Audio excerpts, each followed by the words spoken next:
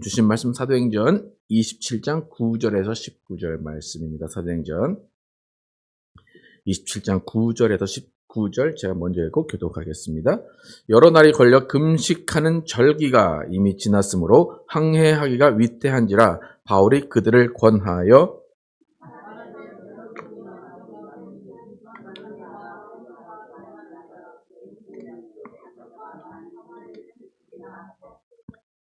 백부장이 선장과 선주의 말을 바울의 말보다 더 믿더라.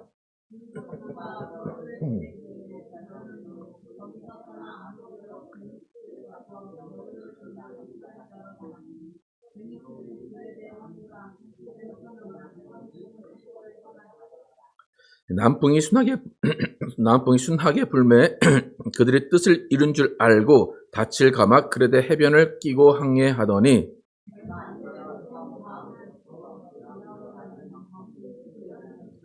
배가 밀려 바람을 맞추어 갈 수 없어 가는 대로 두고 쫓겨가다가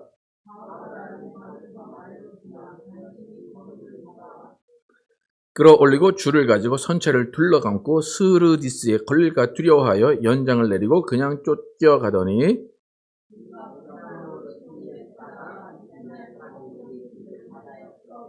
함께 읽겠습니다. 사흘째 되는 날에 배의 기구를 그들의 손으로 내버리니라. 아멘. 영으로 분별하며 자족하는 삶이란 제목으로 은혜를 나누겠습니다. 제가 오늘 목이 좀 안 좋아서 이해해 주시기 바랍니다. 영으로 분별하며 자족하는 삶입니다. 작은 배를 타고 이스라엘을 출발했습니다. 이스라엘 출발하는 그 로마 일행은 무라시에 도착한 후에 지도를 보시면 무라시에 도착한 후에 300명 정도를 태울 수 있는 알렉산드리아호를 갈아타고 항해를 합니다. 그래서 무라시는 첫 번째 빨간 화살표가 끝나는 곳이 무라시입니다. 그리고 그 다음에 거기서 알렉산드리아호를 갈아탄 후에 그레데로 가게 됩니다. 그레데에 있는 미항이라는 곳에 머물게 됩니다. 그래서 미항에 가는 것도 우여곡절 끝에 미항에 도착을 했습니다. 그러니까 우리가 잘 보면 알듯이 미항까지 왔다는 것은 거의 절반 정도의 여행을 왔다고 할 수 있는데 앞으로의 절반 여행은 지중해 한가운데를 가야 되는 여행입니다. 그래서 이번 여행의 최대 난코스가 지중해를 건너서 그 한 복판을 가는 겁니다. 그래서 미항까지 오는데 원래는 짧은 시간이 예상을 했는데 짧은 시간이 아니라 오히려 긴 시간이 걸렸기 때문에 벌써 9월 말 10월 초가 됐습니다. 이 지역은 9월 말 10월 초 그때에 항해를 할 수 없는 때입니다. 그래서 오늘 9절에서 말하듯이 금식하는 절기가 이미 지났다. 그래서 항해하기가 위태하다라고 바울이 말한 것처럼 항해를 할 수 없는 때가 됐습니다. 그래서 바울도 이 사실을 이미 알고 있었기 때문에 금식하는 시기가 이미 지났으니까 우리 그만 가자라고 이야기를 했습니다. 아마 선장과 선주도 우리가 갈 수 없으니 가지 맙시다 라고까지는 합의가 됐습니다. 그래서 이제 겨울이 오니까 일단 우리가 항해를 못하니까 머물러 있읍시다. 그런데 중요한 이슈 하나가 생겼는데 우리가 머물 곳이 지금 도착한 미항이냐 아니면 다른 곳이냐의 결정에 그 문제가 있었던 것 같습니다. 그러니까 지금 지도에 보시면 미항까지 이렇게 도착했어요. 그러니까 조그만 섬이죠, 저희가. 미항에 도착했는데 많은 사람들이 미항이 아닌 베닉스, 영어로는 피닉스 섬에 피닉스인 도시에 가자. 섬 하나인데도 불구하고 그 피닉스에 가서 우리 겨울을 보내자. 그래요. 그런데 바울은 아니야. 우리 그냥 미항에 있자라고 이야기를 합니다. 근데 바울 혼자 미항에 있자. 그리고 대다수의 사람들은 피닉스, 베닉스로 가자라고 할 때 그 베닉스로 가자라고 하는 이유는 뭐냐면 베니스가 더 큰 항구였고 더 좋은 호텔이 있을 것이고 더 편안한 생활을 할 수 있는 곳이었기 때문입니다. 그래서 좀 토론을 했겠죠. 토론했는데 결정권은 백부장에게 있었습니다. 그래서 백부장이 쭉 들어보니까 뭐 베니스에 가는 게 더 낫겠다. 왜냐하면 그 지금 미항에서 베니스는 한 차로 30마일이에요. 그러니까 차로 가면 한 3, 40분이면 가는 거리고 배로 가면 한 2, 3시간이면 가는 거리입니다. 그리고 바다를 나가는 게 아니라 쭉 해안선을 끼고 가면 되니까 뭐 2-3시간 가는 거 그냥 날씨 좋은 날 가면 되지라고 생각을 했던 것 같습니다. 백부장이 그럼 우리는 미양에 있지 말고 베닉스로 가자라고 결정을 하고 선장과 선주도 그 말을 쭉 듣고 미양에서 베닉스로 출발을 합니다. 그러니까 미양에서 베닉스로 가는 그때가 아까 전에 말씀드린 대로 금식하는 시기가 지났기 때문에 항해를 하면 안 돼요. 그런데 2-3시간이면 되고 또 해안선을 따라가면 되기 때문에 날씨만 좋은 날, 한 날을 고르면 돼요. 그래서 쭉 보다가 날씨가 좋은 날 딱 골랐어요. 해도 짱짱하고 바람도 남풍이 부는 날을 선택했습니다. 그래서 남풍 부는 그 날에 출발을 했습니다. 출발을 했는데 가다 보니까 무슨 광풍을 만났다고 그래 아까? 유라굴로라는 광풍을 만나게 됩니다. 이 광풍이 왜 생기냐면 육지에서 불어오는 광풍이에요. 섬에 산에 있던 산 사이로 바람이 불어서 산 사이로 오르는 바람이 바닥까지 쭉 가서 광풍이 일어납니다. 그래서 북동풍이라는 뜻이 유라굴로입니다. 그래서 이 유라굴로 강풍을 바다에서 만나게 됩니다. 그래서 바다에서 만나서 이 배가 표류하는 내용이 지금 오늘 본문의 내용입니다. 그래서 아까 지도 다시 보시면 원래는 미양에서 베닉스로 쭉 가야 되죠, 저렇게. 그런데 바람이 불어서 미양에서 조금 가다가 흘러서 가우다라는 섬, 조그만 섬, 그 밑으로, 섬이 있으면 그 밑으로 남쪽으로 이렇게 지나가게 됩니다.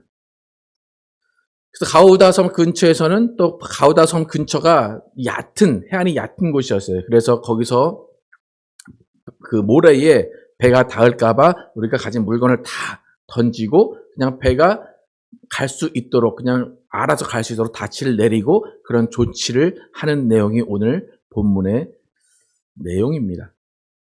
오늘 본문은 미양에서 베닉스로 가는 그 결정이 어떻게 이루어졌는가, 또 미양에서 베닉스로 가는 가운데 왜 배가 표류했는가에 대한 내용인데, 여러분 잘 생각해 보시면 왜 미양에서 베닉스로 가야만 했을까? 왜 사람들이 베닉스를 선택을 했을까라는 겁니다.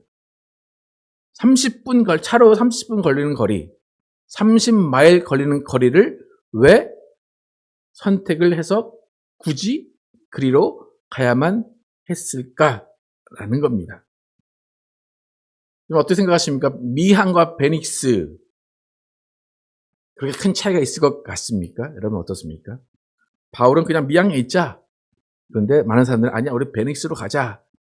겨울이니까 3개월 정도 있어야 되겠죠. 그러니까 3개월 있더라도 우리는 더 편안하게 있자라고 했던 것 같습니다. 근데 베닉스와 미항의 의견이 갈려진 가장 큰 이유는 뭘까? 그 이유는 만족감입니다.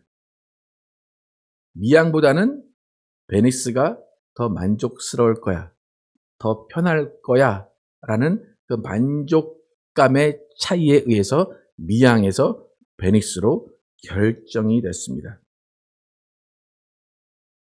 그러니까 미항에서 있는 것보다는 기왕이면 30분 거리면 베닉스로 가서 있는 게 낫지 않느냐라는 거예요. 그러니까 이성적으로 계산기 따져보면 베닉스로 가는 게 훨씬 이득인 게 맞습니다. 우리 삶에서 이런 많은 경험을 하게 됩니다.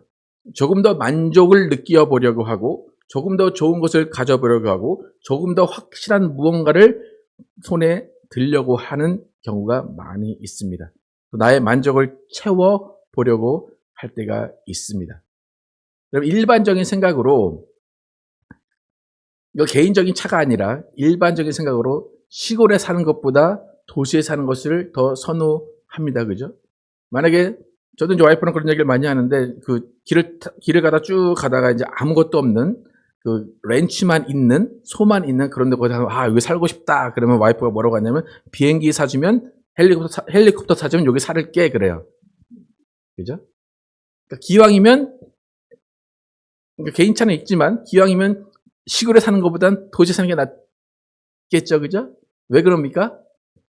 편리하고 편안하고 만족감을 주기 때문입니다.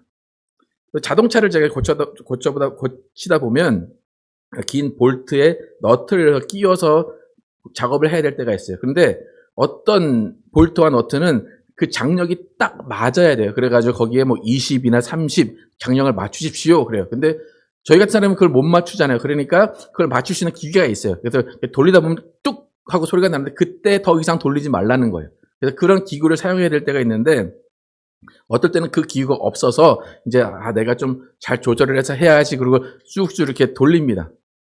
돌리다 보면 이 정도면 됐겠다라고 할 때가 있어요. 근데 그 정도에서 사람의 마음이 좀 불안한데 조금 더 힘을 줘서 좀 맞춰보면 어떨까? 조금 더 세게 하면은 꽉 맞춰지지 않을까? 그래서 한 번을 딱 돌립니다. 그럼 어떻게 되나요? 볼트가 뚝 부러집니다. 그러면 이제 볼트 하나 한 2, 3분이면 될 거를 한 3, 400불을 고쳐서 그걸 다 갈아야 됩니다. 남성분들은 이제 이런 경험이 있다면 여성분들은 어떻습니까? 요리하다가 소금을 치거나 설탕을 칠 때 이 정도는 맞겠지라고 하는데 맡아보니까 내가 원하는 맛이 아니에요. 그래서 소금을 조금 치려고 하다 보면 더 많이 들어가서 더 짜게 되거나 더 달게 되거나 그럴 때가 있습니다. 그러니까 어떨 때 우리가 원래 딱 멈춰야 됩니까? 그냥 이 정도면 됐다라고 그냥 어느 정도 만족에 조금 못 미치는 그 정도에 딱 멈출 때가 좋은데 그것을 완벽하게 하려다가 보니까 내 만족감을 채우려다 보면 어느 순간에 그것이 엉망이 돼 버리고 맙니다. 그렇게 우리는 일상 가운데 만족을 추구하며 살려고 그래요. 그래서 사실 우리는 만족을 채우는 것이 쉽지가 않습니다. 여러분 배우자를 봐도 어떻습니까? 만족하시죠, 그죠? 예. 더 이상 이런 남자는 없다. 이런 여인은 없다, 그죠? 예. 아멘입니까? 예, 아멘. 예. 자녀를 봐도 어떻습니까? 내 배로 아파서 낳은 자녀인데도 불구하고 만족스럽습니까? 아니면 뭔가가 그렇습니까?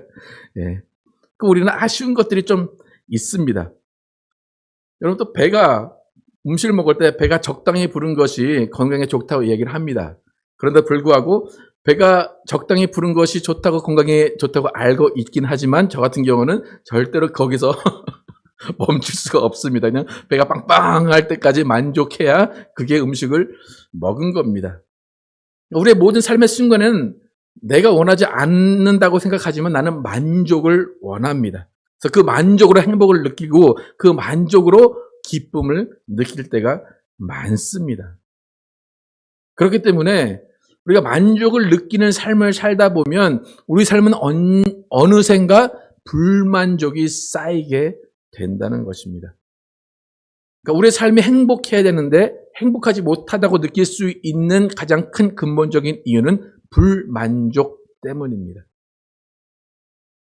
근데 우리 인생에서 만족이라는 것을 채우기가 그렇게 쉽지가 않습니다. 그래서 우리가 기도의 내용도 잘 보면 기도의 내용이 막 여러 가지 기도를 하지만 대부분의 기도가 내 만족에 도달하기 위한 기도일 때가 많이 있습니다. 여러분은 아까 전에 남편이 완벽하고 부인이 완벽하다고 얘기하지만 남편을 위해서 기도하고 부인을 위해서 기도할 때는 그 부족한 점을 채워주십시오라고 기도를 하게 됩니다. 뭔가 부족한 것을 채우려는 것이 우리의 기도가 될 때가 많다는 겁니다. 하나님이 우리에게 원하시는 것은 무엇인가? 왜 우리의 기도가 그렇게 다 응답되지 않는 것은 왜 그런 것일까? 하나님은 우리에게 만족을 주시려는 분이 아니라 우리에게 자족을 알게 하시는 분이기 때문입니다. 오늘 성경이 말하는 자족이 무엇인지 특히 바울이 어떻게 이야기했는지를 여러 본문을 통해서 한번 보겠습니다. 빌립보서 4장 11절에서 13절 함께 읽겠습니다. 시작. 내가 궁핍함으로 말하는 것이 아니니라 어떠한 형편에든지 나는 자족하기를 배웠노니 나는 비천에 처할 줄도 알고 풍부에 처할 줄도 알아 모든 일 곧 배부름과 배고픔과 풍부와 궁핍에도 처할 줄 아는 일체의 비결을 배웠노라.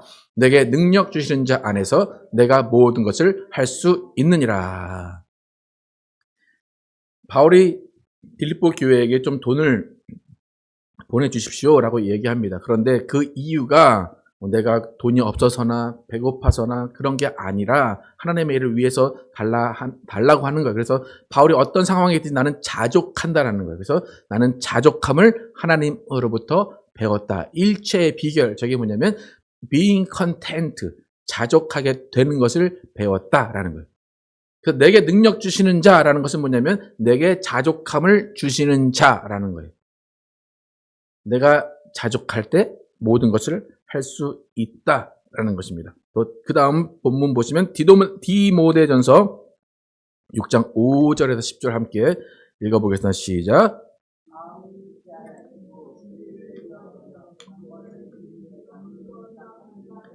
다툼이 일어나느니라. 그러나 자족하는 마음이 있으면 경건은 큰 이익이 되느니라. 우리가 세상에 아무것도 가지고 온 것이 없음에 또한 아무것도 가지고 가지 못하리니 우리가 먹을 것과 입을 것이 있은즉 족한 줄로 알 것이니라. 부하려 하는 자들은 시험과 올무와 여러 가지 어리석고 해로운 욕심에 떨어지나니 곧 사람으로 파멸과 멸망에 빠지게 하는 것이라. 돈을 사랑함이 일만 악의 뿌리가 되나니 이것을 탐내는 자들은 미혹을 받아 믿음에서 떠나 많은 근심으로 자기를 찔렀도다. 하나님이 원하신 것은 만족을 주는 것이 아니라 자족을 배우라라는 것입니다. 지금 읽은 본문에 보면 자족이라는 단어가 영어 단어 content라는 걸로 사용됩니다. content. 우리는 만족이라는 단어를 일상에서 사용할 때 satisfy라는 단어를 사용합니다. 그래서 다음 차트 보시면 satisfy와 content의 의미가 좀 다릅니다. 우리가 만족하다, 우리가 느끼는 만족, 우리가 만족이라고 생각하는 것은 뭐냐면 happy and 뭐예요? finished예요. 아까 제가 먹는 걸로 말씀드렸는데 먹을 때 행복해요? 그리고 뭐 해야 돼요? 배가 빵빵하게 끝나야 되는 거예요. 근데 content는 뭐예요? happy 하지만 계속해서 laboring, 일을 계속하는 거예요. 진행되는 거예요. 그러니까 satisfy는 내가 생각하는 모든 것이 갖춰져야 만족이고 content의 자족은 happy는 해요. 하지만 계속해서 뭔가 남아있는 것입니다. 그래서 content와 satisfy의 차이에 의해서 우리의 인생이 많이 바뀌게 됩니다. 그러니까 지금 예를 든 모든 본문의 자족 그리고 다른 본문에서 만족이라고 쓰일 때는 대부분 content라는 단어가 사용이 됩니다. 그러니까 satisfy라는 단어가 성경에 사용될 때가 있는데 그때의 단어는 하나님이 주신 것으로 만족하라 라고 할 때 satisfy가 사용이 됩니다. 그러니까 우리가 하나님이 주신 것으로 만족하지 못하면 그것은 불만족이 되는 거예요. 그러면 우리의 인생은 불행하다고 생각할 수밖에 없습니다. 그러니까 이렇게 미항에 머물러 있던 사람들이 미항이라는 그 도시에 만족하지 못하고 거기에 자족하지 못하고 베닉스로 만족을 찾아 떠나는 길에 유라굴로 광풍을 만나게 된 것입니다. 여러분 하나님의 베푸신 것에 지금 자족하고 계십니까? 하나님이 주신 건 이것이 최선이야, 이것이 최고야 라고 인정하고 계십니까? 우리는 나의 상황에 자족하는 것을 배워야 됩니다. 그것이 하나님이 주신 능력입니다. 능력 주시는 자 안에서 모든 것을 할 수 있다는 것은 가난에도 처할 수 있고 부에도 처할 수 있고 아픔에도 처할 수 있고 건강에도 처할 수 있다라는 겁니다. 그러니까 우리가 자족을 배우는 것이 우리의 인생의 삶의 방법을 어떻게 바꿀 것인가 또 배우는 것입니다. 여러분 만족을 추구하시겠습니까? 자족을 배우시겠습니까? 그래도 만족? 네, 자족을 배우시기 바랍니다. 하나님께서 주신 것에 자족하게 되면 만족에까지 이르게 되는 것입니다. 우리가 어떤 다른 것에다 만족을 찾는 것이 아니라 하나님 안에서 자족함을 배워서 기뻐하시기를 축복합니다. 두 가지로 오늘 항해에서 더욱 중요한 점은 뭐냐면 이 항해는 예수님께서 계획하신 영적인 항해라는 겁니다.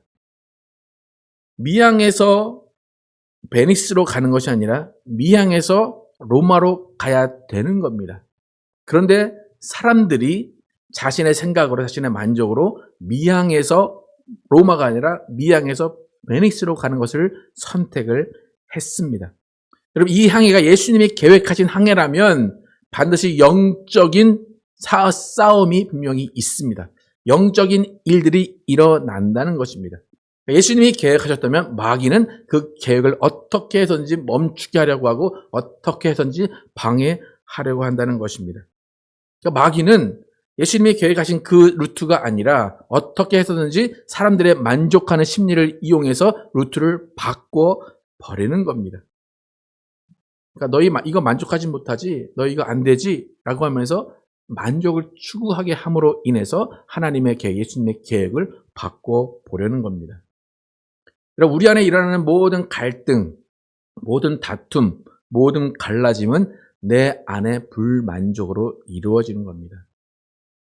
내 안에 모든 것이 만족스러우면 싸울 일이 없어요. 그죠? 누구를 바라볼 때 그 사람에게 아쉬운 게 없고 만족스러우면 싸울 필요가 없어요. 그런데 왜 눈을 흘기고 왜 욕을 하고 왜 그렇게 될까요? 불만족입니다. 내가 요구하는 것을 채워주지 않았다는 겁니다. 그러니까 반드시 하나님은 우리에게 사랑을 원하시고 우리에게 모든 관계가 원만하기를 원하시지만 그것을 방해하는 존재가 반드시 있다는 겁니다. 그래서 예수를 믿는 우리들은 모든 일 가운데 이것이 왜 일어났는가를 어떻게 해석을 해야 돼요? 영적으로 해석을 해야 됩니다. 나는 그냥 내 마음대로 내 생각대로 한 것 같지만 모든 순간순간이 영적인 싸움이 일어나는 겁니다. 에베소서 6장 12절 함께 읽어보겠습니다. 시작. 우리의 씨름은 혈과 육을 상대하는 것이 아니요 통치자들과 권세들과 이 어둠의 세상 주관자들과 하늘에 있는 악의 영들을 상대함이라. 여러분, 사람과 사람의 관계 가운데도 그 사람을 상대하는 것이 아니라 그 안에 영적인 싸움이 일어나고 있다는 것을 우리는 반드시 깨달아야 됩니다. 여러분, 오늘 본문 가운데 30마일의 차이, 미항과 베닉스의 30마일의 차이를 항상 기억하시기 바랍니다. 30분 잘 기억하시기 바랍니다. 여러분 생각하기야 이 정도면 됐다라는 것에서 자족하는 삶을 사시기를 축복합니다. 우리는 모든 사물과 모든 사람을 바라볼 때 장점을 보는 눈을 달라고 기도하시기 바랍니다. 불만족이 아닌 만족할 수 있는 눈을 달라고 기도하시기를 축복합니다. 여러분, 내가 만족하는 것을 추구한 결과 아까 어떻게 된다고 했으니까 볼트 저기다가 한번 뚝 하면 끌어지는 것처럼 내가 만족하는 결과를 얻으려다가 내가 가진 모든 것을 잃어버릴 때가 분명히 있습니다. 내가 소유한 모든 것이 하나님이 주신 것만큼이 아니라 그 주신 것만큼보다 더 많은 것을 요구하다 보면 그 내 가진 나머지조차도 내 손으로 버리게 되는 것을 경험합니다. 오늘 본문 18절 19절 함께 읽어보도록 하겠습니다. 시작. 우리가 풍랑으로 심히 애쓰다가 이튿날 사공들이 짐을 바다에 풀어버리고 사흘째 되는 날에 배의 기구를 그들의 손으로 내버리니라. 수많은 물건들, 소중한 물건들, 유럽으로 가져갈 물건들이 있었는데 다 누구 손으로 버렸다고요? 그들의 손으로 내버리니라. 자족하지 못하면 내가 누려보지도 못하고 어디론가 다 사라져버립니다. 이거 있을 때 쓸 걸 할 때가 많이 있습니다. 여러분, 있을 때 조금씩 쓰시고 나누어 주시고 행복해 하시기를 축복합니다. 이 정도 되면 하겠다 그러지 마시고 그냥 있을 때 조금씩 하나님 앞에 또 드리시고 사회에도 나눠 주시고 여러분 삶을 풍성하게 사시기를 축복합니다. 여러분, 초등학교 때 우리가 부른 찬양이 있어요. 여러분 기억하실지 모르겠는데 이상하다 동전 한 입 움켜잡으면 없어지고 쓰고 빌려지면 풍성해져 하늘에 가득 차네라는 찬양 가사가 있습니다. 여러분 안에 있는 것 하나님이 주신 것임을 기억하시기를 축복합니다. 그것에 자족하시고 그것에 기뻐하시고 그것을 풍성히 누리시면서 하나님과 함께 자족하는 인생을 사시는 여러분과 제가 되기를 예수의 이름으로 축복합니다.